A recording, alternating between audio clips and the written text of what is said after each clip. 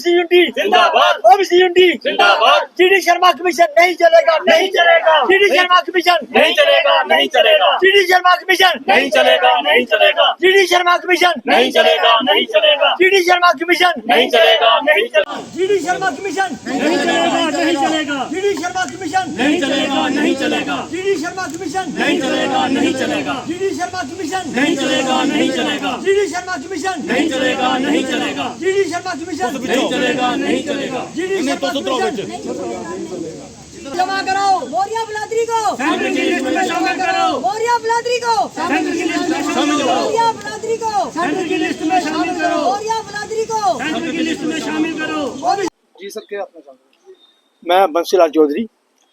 आज की हमारी जो मुख्य मांग है कि जो आज के पेपर में आया है कि एक कमीशन बनाया जाएगा ओबीसी का, जिसका नाम होगा डेडिकेटेड कमीशन। वो उस स्टेट में बनाया जाता है जिस स्टेट में पहली मरतबा म्यूनिसिपल कॉरपोरेशन में ओबीसी की रिजर्वेशन लागू करनी होगी और पंचायतों में लागू करनी होगी, क्योंकि म्यूनिसिपल एक्ट 2000 का और पंचायती राज एक्ट जो है 1999 का, उसमें ये बातें लिखी जा चुकी हैं कि अमेंडमेंट कर दी गई है कि ओबीसी को रिजर्वेशन मिलनी चाहिए। लेकिन सवाल ये पैदा होता है, पॉपुलेशन कितनी है? 1931 के बाद कोई सेंस ही नहीं हुई है। ये कमीशन बनाया जाएगा, ये सेंसस डिपार्टमेंट के थ्रू ट्रिपल पॉइंट फार्मूला के ऊपर काम करेगा ये। लेकिन सवाल ये पैदा होता है, अगर चेयरमैन इसका ओबीसी समाज से नहीं हुआ तो जस्टिफिकेशन उम्मीद नहीं होती है। पिछले कमीशन बनाए, जीडी शर्मा बनाया गया बैकवर्ड क्लास कमीशन का 2020 में।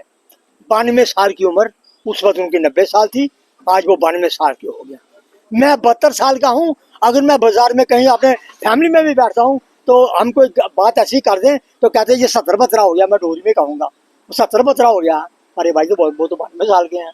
लेकिन सवाल ये पैदा होता है कि इसी तरह आप इसका भी चेयरमैन डेडिकेटेड कमीशन का चेयरमैन ऐसा बनाओगे तो वो चलेगा नहीं, हम नहीं एक्सेप्ट करेंगे। क्योंकि फिर उसके पास, अगर आप मीडिया वाले पूछे हमको आपके पास क्या है जी, आप क्या कर सकते हो?